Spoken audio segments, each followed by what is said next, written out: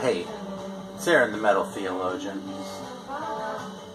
Just fucking with this stuff. Man, everything's all fucked up. Like, I've been getting dinged more by, like, the fucking, you know, fascists who want to, like, monetize everything.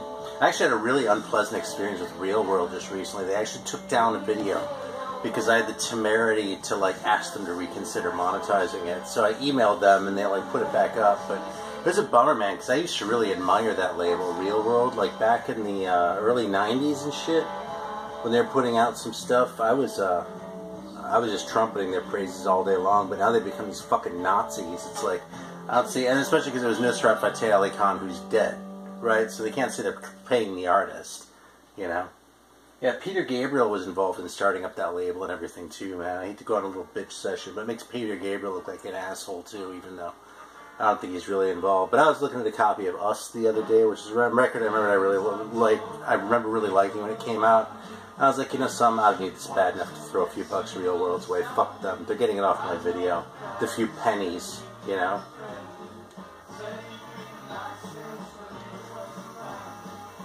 Anyway, that's my little rant for the day. Some of my fucking TV's kind of beef too. Like, I can't deal with the fucking, it won't mute, and like the volume control's fucked. So I don't know, man. Everything's just going to shit. And I'm not even drinking a fucking soda today because I'm too sugared out still. You know, I'm just drinking my fucking Diet Coke here, which I need to grab.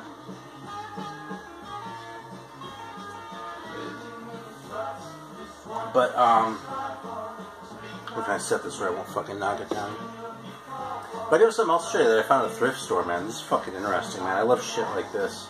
I was going through the books at this thrift store. I'm keeping my eye out for anything kind of interesting. And I found a book that was like Carl Jung writing about the book of Job, which I thought sounded fucking super interesting. So I grabbed that. And Joseph Campbell book. Then I also saw this. See that in the outline of fractures. And it's in the dust jacket. And what is this about? You might be wondering. Well, it's a 1964 book. Let's see if I can share this here. Let's see if I can hit on copyright for this shit. And it has actually, like, it's all about, like, different kinds of, like, bone fractures. So it's from the 60s, right? So there are all these, like, fucking, you know, it's all x-rays, right? But, like, look at that. Because you probably can't read that. That's a posterior marginal fracture of the tibia with associated spiral fracture of the lateral malleolus. There's a slight posterior displacement of the talus, as evidenced by the fact that the opposed articular surfaces of the tibia and the talus are not congruous. It's good stuff. Yeah, injuries at the lower extremity. So you got your moderate violence, your severe violence. So honestly, I think the odds of my actually reading this book are kind of slim. But I'll be really happy to have it off the shelf. Man, that's fucking rough, dude. Look at that fucking smashed up femur there. That's some fucked up shit, man. Like, that's the one that fucking, like, the King Diamond rejected for his microphone cross, you know? Alright, so, let's talk about some records. I'm totally fucking winging it here. And I got encouraged by Jay from Vinyl in the Van, who said that his favorite ones when I just start talking about shit. So, fuck it. That's what we're gonna do.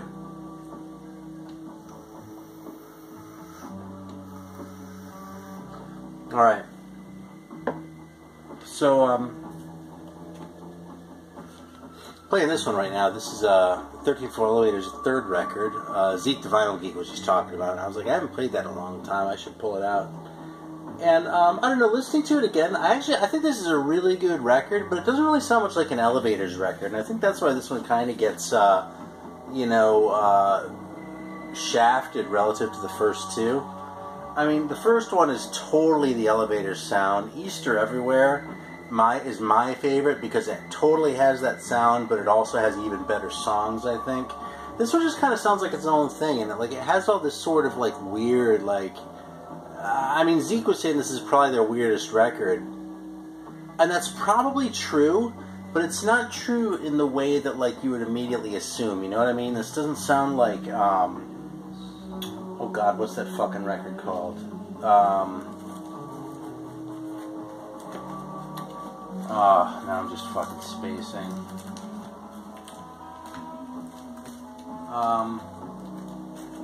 Well, it doesn't really matter. I mean, it doesn't sound like some just like total freak out shit or anything like that. It, but it's doing its own thing. It's in its own vein, you know what I mean? So,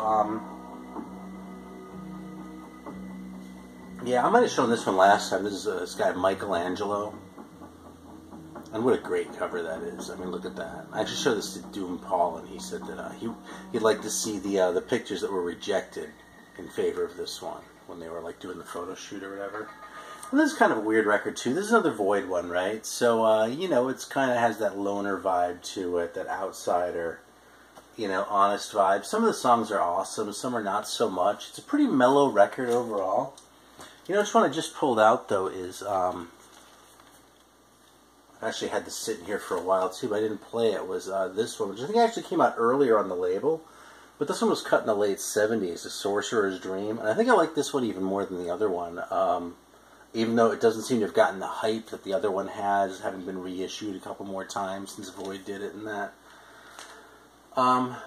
This one has some really, some late 70s moves that just sound really kind of inappropriate. Like, it's funny because it has like that sort of like 60s like kind of loner psyche vibe, you know what I mean? But then like it'll just go off and like throw in a little like, I mean, AOR is putting it too strongly, but just you know, some of the shit that kind of goes in that direction. Actually, you know what I'd almost compare it to is another one that I just got recently. So I've been kind of geeking out over this shit. But I've been taking the suggestions of people who've been leaving me comments, and someone was raving about it. I wish I could remember who's who, and I apologize. But someone was saying that Blues for Allah gets a bum rap, but that it's actually a great record. And this one has some kind of, it heads in the direction of AOR a little bit in places that surprised me hearing it from the Dead. But, you know, it would be a huge reach to call that AOR or even really all that sort of, you know, late 70s sounding. It's just more that sort of informed by that, you know, that was going on around it, and it sort of absorbed it a little bit. And that's kind of what I'd compare that Michelangelo record to, that Sorcerer's Dream one. So, like, there's a little bit of that that creeps in there in weird places that just sounds out of place, even more out of place than it does on that Dead record. And in a way, it kind of makes it awesome. Speaking of shit that people have recommended, as my records slide all over the place here, yeah, I had a couple people in the comments. Again, I apologize for not dropping y'all's names because I just don't remember. I had a couple people recommend After Bathing at Baxter's. This is my first Jefferson Airplane record. I love this fucking record. I can't believe that it's taken me 46 years to clue into how great this is. This record, I mean, you know, I know the hits, right? White Rabbit. What's the other one? Oh, the fucking other big one on that record. Whatever. So, you know, I just specifically didn't want to get Surrealistic Pillow if I was going to give him another chance. And I kind of, you know, I wasn't in a big rush because it's not like I'd never heard him before, but I was digging the Dead so much, and it's like when you think that sort of San Francisco shit, you know, that West Coast sound that I had so, you know, firmly avoided for so many years, that's really kind of the other band that comes to mind, you know, unless you want to go down the path of Country Joe and the Fish or something, who just seem kind of like cornball knockoffs to me. But on the other hand, I've heard some people talking about them favorably too, so maybe I'll give them a chance. Anyway, I was very sort of on the fence about giving this one a chance. This is fucking fantastic, man. I love this record from start to finish. Like, it's definitely psychedelic. It lives up to its reputation for being kind of far out and kind of nuts. But it coheres. It doesn't just sound like songs, but it doesn't just sound like Freak Out. It's like they balance out. It's like the perfect balance, in fact, between like just the reaching and the experimentation. I'm stopping short of saying Freak Outs because they really don't quite go that far with it, you know? But, they walk the line between that and then just having songs that are just fucking good, man. And it's just a fucking fantastic record, man. Really like that. I'm probably going to play it again after the video, and I already played it earlier today. And it's rare for me to play the same record twice in one day. I think I mentioned this one. I'm kind of starting to get my head around this one. I think I like this record. It's definitely soft for my taste. And this one definitely does some of the hippie shit that kind of sticks in my craw. Like, there's a song here called Little Children, which is all about, like, children, like, running around and playing and laughing and how happy they are. I'm like, man, come on, dude. I mean, that's just like, you know, I suppose we all like to romanticize our childhoods. I don't know, I don't. But, it's just fucking, it's just too much, you know. But I still really like the vibes on this one. As far as what Vinyl Richie and I want to say Dead Wax 66 said about the stereo experience on this, they were definitely playing with that shit. So I think I talked about this record before. I would definitely recommend this one for a listen. I think it's very worth a listen. I don't know, it wouldn't make my top 10 for records that you should like go out and buy. But if you did go out and buy one, I wouldn't call you stupid for it. I'd say that's an interesting record and worth a listen. So that's kind of my take on it. It's, you know, probably really about a 6 out of 10 for me, but maybe I should give it a 7 because a 7 is like a perfectly enjoyable record, and that's what that one usually is for me. So, I just put another Void one by Feather da Gamba. It's one of the worst names ever. I remember when this came out. Well, it's a whole other story, except there isn't really much of a story there. It's just kind of what it is. But you hear this like loner vibe. It's like that guitar. It's like there's a band behind it, but that guitar might be playing all by itself, you know? So, yeah, it's a small band. It all sounds a little bit distant. But it's actually a little bit more rock than I was expecting. I mean, with a name like that, I was kind of expecting, and you know, with the Void imprint too, I was expecting to be a little bit more folky, but this is really an unapologetically rock record. It's not that heavy, it's not all that fuzzy, and it doesn't have those hallmarks that I would normally point you to for like a strong, hard rock record. But this is just solid rock anyway. I don't know if I'm articulating this well, but you know, I wouldn't call it rock and roll. You know, it just is. It's not AOR. It's not cock rock. It's not metal. It just kind of is what it is. You know, it kind of lives in its own space. That's a little hard to classify, even though as far as listening to it and how easy it is to get into, it's a really kind of a simple record. You know. So yeah, I'm kind of fascinated by this one. Feather da Gamba, man. Who the fuck would have thought? Awesome record. Liking it a lot. What else am I going to show here? You know, there's another one I just had in mind. So it's not Blues for Allah. Oh yeah. I heard someone talking about this. I don't think this is on. Actually, I think this is in one of Zeke's live streams, but there was some talk about the JPT scare band, so I figured I'd bust these guys out. Speaking of 6 out of 10 records, this one looks so fucking awesome. I mean, look at that. The gold cover with the fucking spray painted on.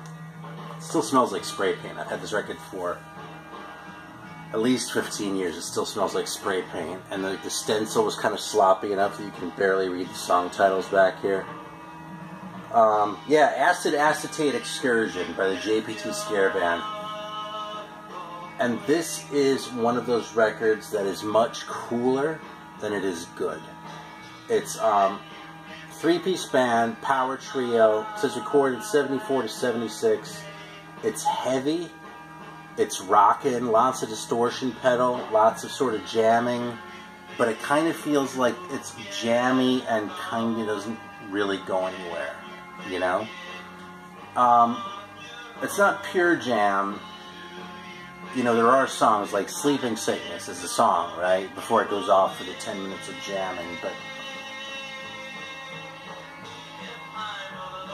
but it kind of loses me. Maybe someday I'll really get this. And you know, like I said, records don't get much cooler than this. I just wish it were better sounding. I wish it were a better listen than what it actually turns out to be. It's kind of the same for the second record. I think I might actually like the second one more. Rape of Titan's Sirens, which just has like a normal printed cover and not that weird spray paint shit. It's also a Monster release, which is the predecessor for Rockadrome. But, yeah, you know, I mean, this is really cool stuff. It's really interesting stuff. I mean, look at that fucking picture, you know what I mean? How do you not want this record with a cover like that? But it's, you know, you're not getting Master of Reality when you buy that thing, just to be clear. You know, on that note, I've kind of been thinking about records. I hate to keep talking about Zeke the Vinyl Geek, but he's been talking about getting into reissues, you know, and like ones that are sort of cool and that. And this is like a perfect example of why reissues are awesome. This record, it's kind of like hippie shit, right? Pretty on the rockin' side for hippie shit, but definitely hippie shit. It's not like super like, you know, heavy or anything like that. Very enjoyable record. Easily worth every penny of the $12 or so that I paid for it. Totally not worth the big bucks that an original would set you back. I was listening to this and I was thinking, how much do I like this record? I probably like this record just a little bit less than a good Led Zeppelin record. Which says more about how little I like Led Zeppelin than about how great this record is. But the fact is, I like Led Zeppelin, you know what I mean? I've come around on them after a long time and coming around on blues rock and that. But for me, they're not like this totem of a band, you know what I mean? They're not this icon. I mean, I get it. I understand what the hype's about. I understand why they were important in that, but I just don't think they were that great, you know what I mean? I think from a production and you know, talent standpoint, those records blow this one away. But as far as how fun they are to listen to, I would put this against Zeppelin 3 any day of the week. Man, I don't know if that's really fair. I'm trying to think, because in a way Zeppelin 3 is my favorite, but in a way it's the one that pisses me off the most too, so I don't know, man. Honestly, I was thinking about Led Zeppelin when I was listening to this. I was thinking, you know, someone's going to get pissed off if I compare that fucking piece of shit to Zeppelin. But you know something? Two things. First of all, this isn't a fucking piece of shit. And second of all, Zeppelin just, you know, isn't the greatest thing ever, you know? It's good. I like Zeppelin a lot, you know?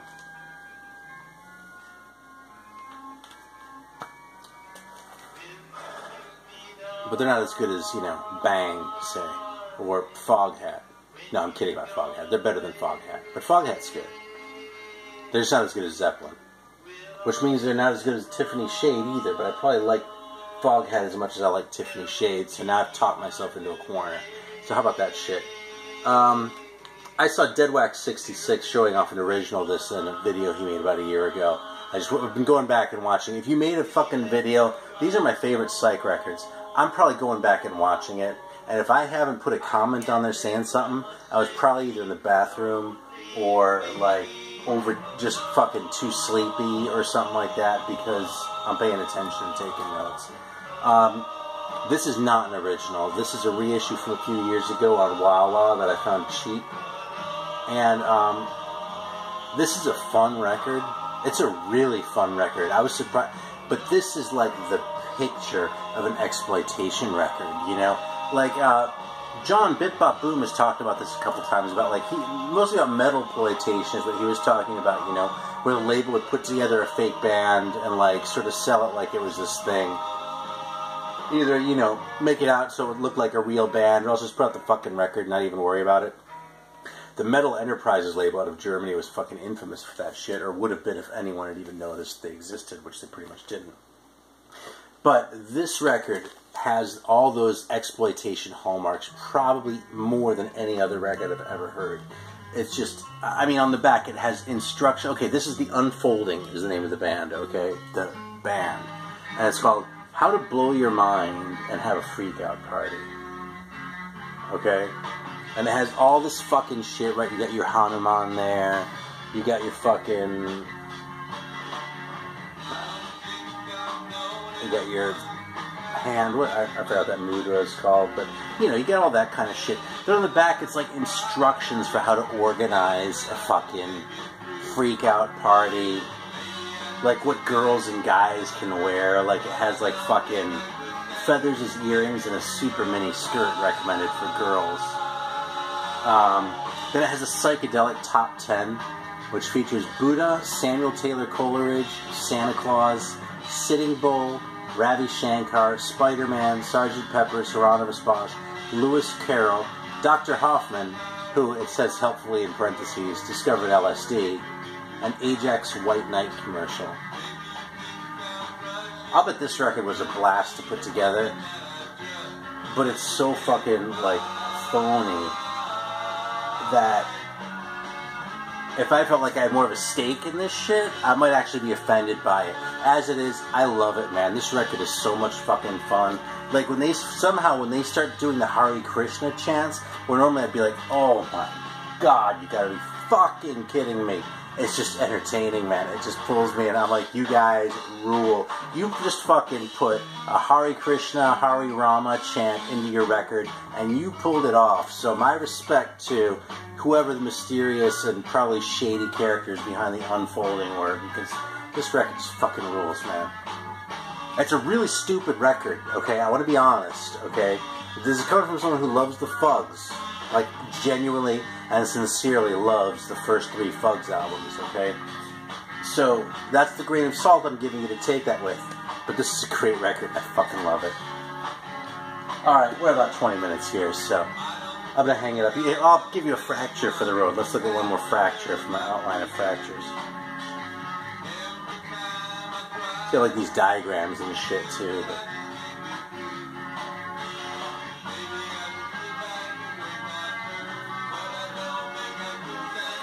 I'm looking for a good one where you can really see it. Yeah, the upper extremity ones aren't so... Oh, this one's fucking nasty, dude. Look at that one right there. That dislocation. You see that shit? Fucking posterolateral dislocation of the elbow in an adult. Yeah, that's fucked, man. Fractures of the forearm bones. Let's see if we can find something good.